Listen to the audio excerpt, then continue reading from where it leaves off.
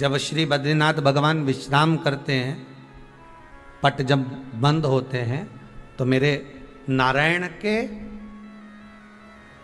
हृदय से बाहर जो लक्ष्मी जी का मंदिर है, वहां से लक्ष्मी जी को लाकर हृदय से लगाया जाता है और भगवान को एक कम्मल पूरा घी में उसको लपेट कर पूरे घृत में उसको लगाकर, गौ माता के घृत में उसको लगाकर नारायण को भगवान शिव का स्मरण कर कर लपेटा जाता है। भगवान नारायण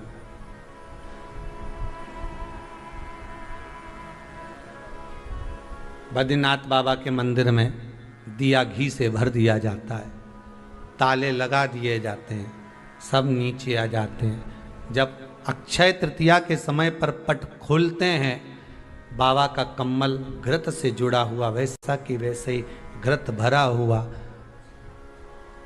घृत में स्थिरता है, घर में घृत के अंदर लक्ष्मी का भाव आ जाता है। हमारे यहाँ हिंदू धर्म में बहुत सुंदर बात कही जाती थी पहले, आजकल जमाने में कहते कि नहीं कहते मालूम नहीं, पर मारवाड़ के अंदर एक रीति थी। घर के अंदर रसोई घर में एक इतनी बड़ी कुल्हड़ होती थी जिसमें घी भरा होता था, छोटी सी चम्मच होती थी, उसमें पूरे घर का घी खाली हो जाए और उस कुल्हड़ का घी खाली नहीं होना चाहिए। नानी भाई का मायरा सुना है आप लोगों ने? अगर नानी भाई का मायरा सुना होगा तो नानी भाई के मायरे में नरसिंह मेहता जी की जो दादी के प्राण छूटे थे वो केवल इसी बात पे छूटे थे। अगर नानी भाई का मायरा सुना होगा तो आपको मालूम होगा, नानी भाई के मायरे में जब नरसिंह मेहता भोजन करने के लिए बैठे तो नरसिंह मेहता की भाभी दुरत गौरी ने कह दिया दादी के सामने, जब दादी बोली क्यों इसकी रोटी में घी नहीं लगा, तो कहा कुल्हड़ का घी समाप्त हो गया है, रसोई घर में जो बाटकी रखी थी उसका घी समाप्त हो गया।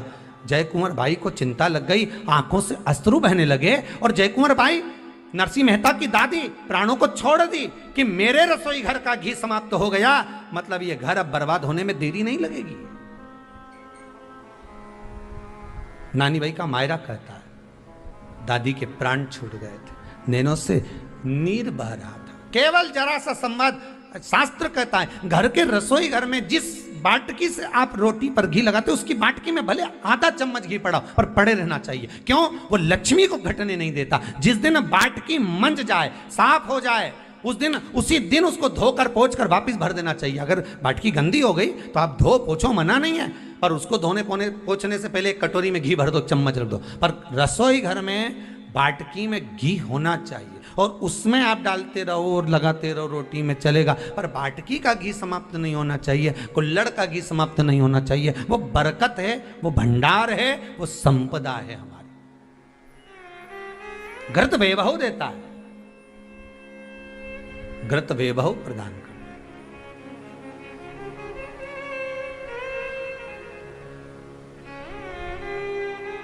घृत वैभवता देता है।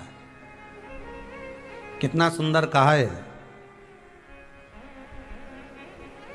शंकर भगवान के शिवलिंग पर घृत चढ़ाने के बाद आपने दही चढ़ाया शिव जी को, ठीक है, आपने दूध चढ़ाया, जल चढ़ाया, दही चढ़ाया, शहद चढ़ाया, शक्कर चढ़ाई, मिष्ठान चढ़ाया, जो भी आप शिव जी को चढ़ा रहे हो उसमें से केवल एक पदार्थ, एक वस्तु घी शंकर के शिवलिंग पर चढ़ाने के बाद में उसी शिवलिंग का घृत, जहां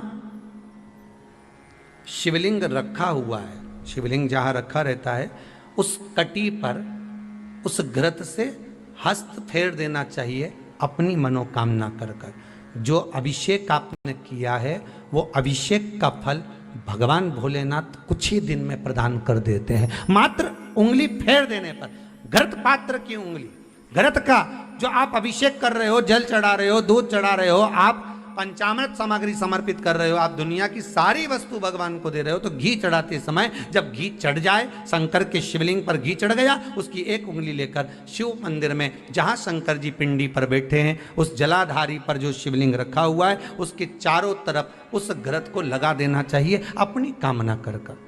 महाराज शिव उसको स्वीकार करता है। क्यों?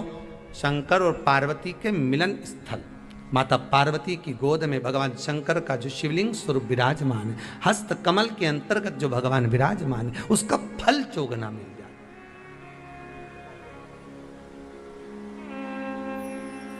शक्तिपीठ नाम सुना है? अरे बोलो तो, जितने लोग कथा सुन रहे, शक्तिपीठ नाम सुना है? शक्तिपीठ का मतलब क्या होता है? जहां पर माता सती के अंग के टुकड़े होकर गिर पड़े, वो शक्तिपीठ के रूप में निर्मित हो गए। तो जितनी भी शक्तिपीठ होती है, उन शक्तिपीठ में आप लड्डू चढ़ाएं, पेड़ा चढ़ाएं, वस्त्र चढ़ाएं, आभूषण चढ़ाएं, सोना चढ़ाएं, चांदी चढ़ाएं, मुद्रा चढ़ाएं, आपकी मर्जी पड़े करोड़ों रुपए चढ़ाएं, मना नहीं है। पर शक्तिपीठ का दर्शन करने जब जाएं तो कम से कम थोड़ा साथ में गाय का घृत, असली घी साथ में लेकर अवश्य जाएं। क्यों? शक्तिपीठ पर भी घी समर्पित करने से मनोकामना पूर्ण हो जाती है। आप आएंगे शक्तिपीठ का दर्शन करके और मनोकामना पूर्ण होना है, मात्र शक्तिपीठ। आप चढ़ाएं वस्तु, ढेर चढ़ाएं, आप सोना चांदी अंबारियों में धन दौलत सब चढ़ाएं, पर साथ में आप चुनरी चढ़ा रहे हैं, साड़ी चढ़ा रहे हैं, घृत भी दीजिए, घृत भी प्रदान।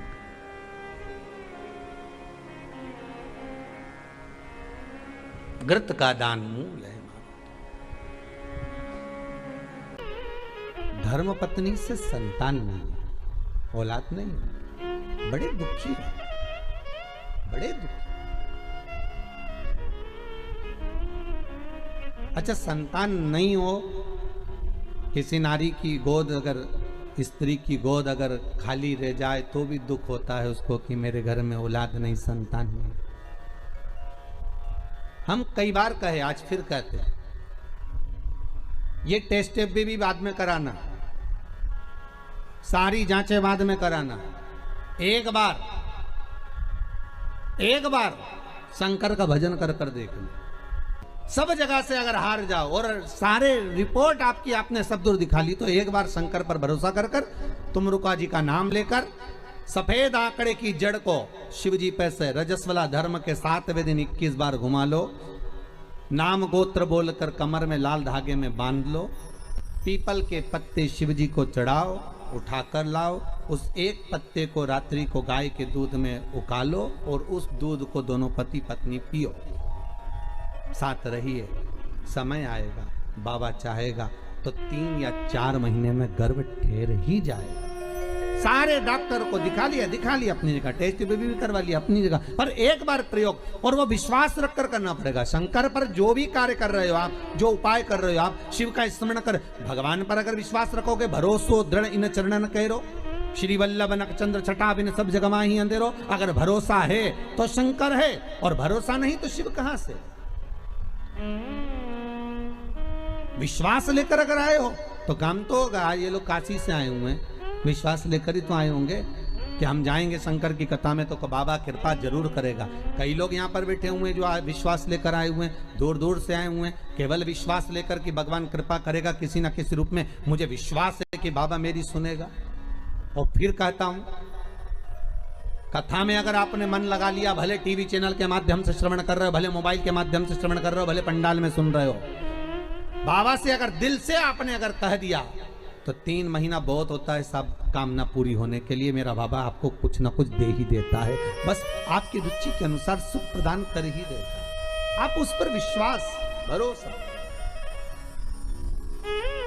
भटकना नहीं है हमको, मार्ग से विचलित नहीं होना। कहती है घंटी का नाद, उसको भगवान के लिए बजाते हो कि भगवान तुम भोजन करो, भगवान तुम जा, नहीं।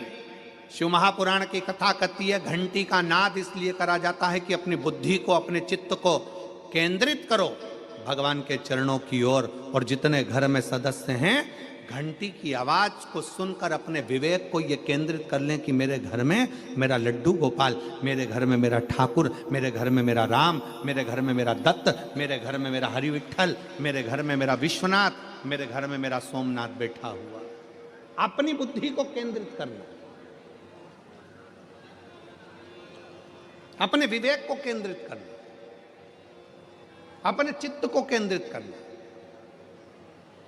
कि यहां मेरा भगवान बैठा है और मुझे मेरी बुद्धि को केंद्रित करना। और मेरी जीजियों से, सूरत के मेरे जीजाओं से निवेदन है, बेटी और बेटाओं से निवेदन है, अगर शंकर जी के मंदिर में जाकर एक लोटा जल अगर आप चढ़ा रहे हो तो भगवान को धन्यवाद देना कि मेरे पिछले जन्म के अच्छे कर्म मुझे बाबा कोई पूर्व का कोई अच्छा कर्म होगा, कोई पूर्व का अच्छा कर्म होगा जो मुझे बाबा तेरा साथ। मेरी जीजियों से, मेरे जीजाओं से, बेटियों से, बेटाओं से मंजिल तक पहुंचने के लिए पांव की जरूरत होती है और शंकर तक पहुंचने के लिए भाव की जरूरत होती है। मंजिल तक पहुंचना है तो पांव की जरूरत होगी और शंकर तक पहुंचना है, शिव तक पहुंचना है, शंकर से कुछ प्राप्त करना है, झोली पसार कर अपनी झोलियों में खुशियां प्राप्त करना है तो भाव की जरूरत होती है, केवल भाव। आप कितने धनपति हैं, कितने करोड़पति, कितने सत्तापति, कितने वैभवपति हैं, कितना आपके पास में वैभव है, कितना धन है, कितनी संपदा है, वो कोई मायना नहीं रखता। आपका भाव कितना है, शंकर जी के प्रति आपका दिल कितना है, भगवान शंकर के प्रति आपका भाव कितना है, वो देखा जाए। और कभी मौका लगे ना तो एक बार सीहोर कुबेरेश्वर धाम रुद्राक्ष महोत्सव में आकर देखिएगा। हीरे की चूड़ियां पहनने वाली मेरी जीजियां जिनके घर में 10-10 नौकर काम करते हैं, वो भी कुबेरेश्वर धाम में बर्तन मांजने की सेवा करती हैं, आकर सेवा में लगी रहती हैं, भोजन बनाने की सेवा करती हैं। जिनके घर में 10 नौकर लगे हैं वो कुबेरेश्वर धाम में आकर बाबा की सेवा में लगती हैं। उनसे पूछो कि तुम क्यों सेवा करती हो, उनसे पूछो कि तुम यहाँ आकर क्यों करती हो सेवा, तो वो कहती हैं हम साल में एक बार बाबा के धाम आते हैं और कुबेरेश्वर बाबा के यहाँ आकर सेवा कर कर जाते हैं। साल भर कुबेर भंडारी इतना देता है कि हमारी सेवा के लिए 10 नौकर लाकर खड़ा कर देता है। ये उसकी कृपा, ये उसकी उदारता, ये उसकी दया। शंकर भगवान ने पूछा कौन सा रूप, तो कि जो मैं बचपन में भजती थी, जो मैं बचपन में भजती थी, जिसको मैंने बचपन में दर्शन किए हैं, छोटा सा शिवलिंग, छोटा सा शिवलिंग, ठीक है, छोटा सा शिवलिंग का रूप शंकर भगवान रखने को तैयार है, ठीक है। शिवजी ने पूछा कि मुझे उठाएगा कौन। पार्वती जी मुस्कुरा कर कहती हैं सुनो भोलेनाथ, आप अगर अपने असली स्वरूप में बैठते हो ना तो दुनिया का कोई तुम्हें तिल भर नहीं हिला सकता, पर जब तुम छोटे से शिवलिंग के स्वरूप में हो जाते हो तो कोई बच्चा भी तुम्हें गोदी में ले लेता है, क्योंकि वो आपको भोला मानता है, वो आपको भोला मानता है, वो आपको भोला समझता है, सरल सहज।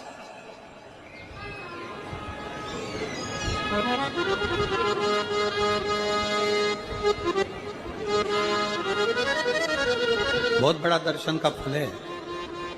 शंकर भगवान की मूर्ति से दर्शन करने से ज्यादा बड़ा दर्शन का फल है शिवलिंग का दर्शन करना। स्वप्न में शंकर भगवान की मूर्ति को देखना, जटाजूट बांधे हुए शंकर जी को देखने से बड़ा फल है शंकर के शिवलिंग का स्वप्न में दर्शन करना। अगर सपने में किसी को शंकर का शिवलिंग दिखता है, सपने में कोई अपने घर से पानी चढ़ाने शंकर को जा रहा है, मैं लोटा भर के जल चढ़ा रही हूं, सपने में दिख रहा। और कई कई ऐसे भी होते हैं जिनको सपने में दिखने की जगह वो सपने में चल भी देती है।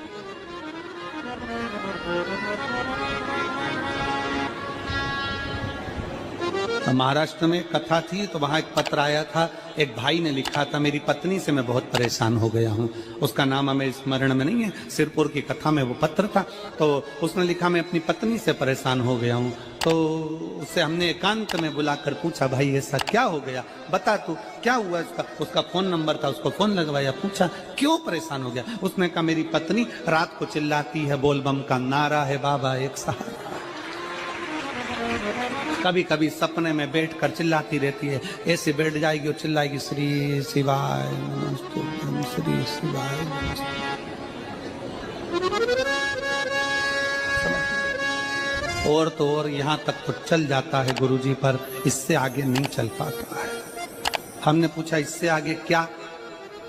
नींद में रसोई घर में जाना चाहिए, बाजू में बोतल रख के सोती है ना पानी पीने की, वो ही बाटल उठ के मेरे को शंकर जी समझ के उंडेल देती। दिक्कत आ गई।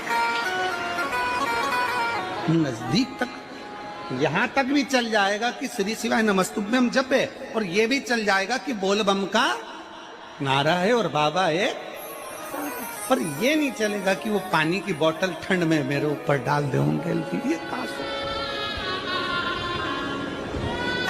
हमने कहा तू कल अपनी धर्म पत्नी को लेकर आना। उसकी पत्नी आई, आंखों से उसके नीर बह रहा था, जल, आंखों से जल बह रहा था। जैसे आज गाड़ी चलाकर लेकर आने वाले जो भाई थे, अब कमल जी आपने किसको भेजा था हमें नहीं मालूम, जो गाड़ी चलाकर आज लेकर आए थे हमको लेकर, उनकी आंखों में जल भरा हुआ था। वो कह रहे थे जब पहले गुड़ियारी में कथा थी, सबसे आखिरी में बैठकर कथा सुनी थी, एक विनती करी थी बाबा से कि बाबा